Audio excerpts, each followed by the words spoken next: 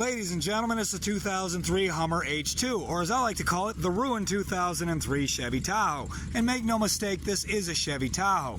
I know the Chevy Tahoe's on a T800 chassis, and this is a T820 up front and a T800 in the rear welded together, but it's still pretty much just a Chevy Tahoe. Now, this is a novelty vehicle, so the hood should be super difficult to open.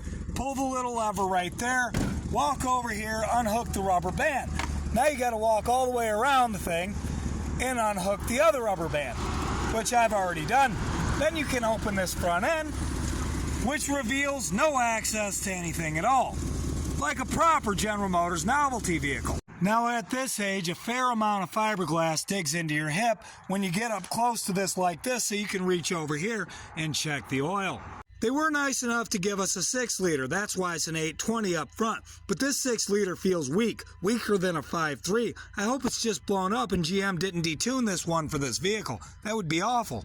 Now, even with good tires, these things had all the off-road capability of a Chevy Express van, but that's okay. Nobody looking for a full-size off-road capable SUV took this one seriously.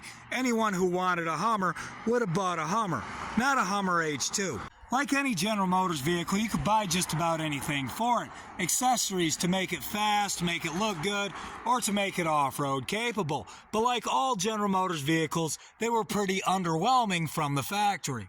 In typical early 2000s fashion, this door handle is junks. But that was normal for its day. This looks gross. They put these little TV screens into the backs of the seats, and you have these little volume controls right here. Not to mention, you've got a heated seat in the rear.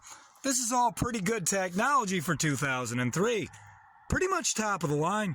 The front seat's equally depressing. That's okay. 2003 was not a good year when it came to interior design. But one good thing about these novelty vehicles like Hummers and even Cadillacs, this is where we tried out the new stuff. The stuff we weren't sure was going to work because rich people didn't care. This is where we got this part-time four-wheel drive. This wasn't a normal thing on vehicles until we tried it out on rich people's crap before then. Another thing they were just trying out with trucks in 2003, it was on some luxury cars, and that was driver presets. This is where you set your seat to a certain position, lock it in, and then you select either position 1 or 2 to get your seat to go right back to that position that you like. I don't think anyone really uses this even to this day.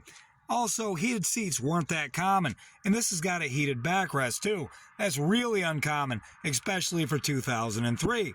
Now, it does have a differential locker right there, and it's quite useless. A friend of mine had one of these when we were kids, and if the tires spun just a little bit, it would shut the differential lock off. As you can see, the interior's of the quality you would expect. This looks pretty beefy right here, but again, chintzy, junky, it feels like a toy.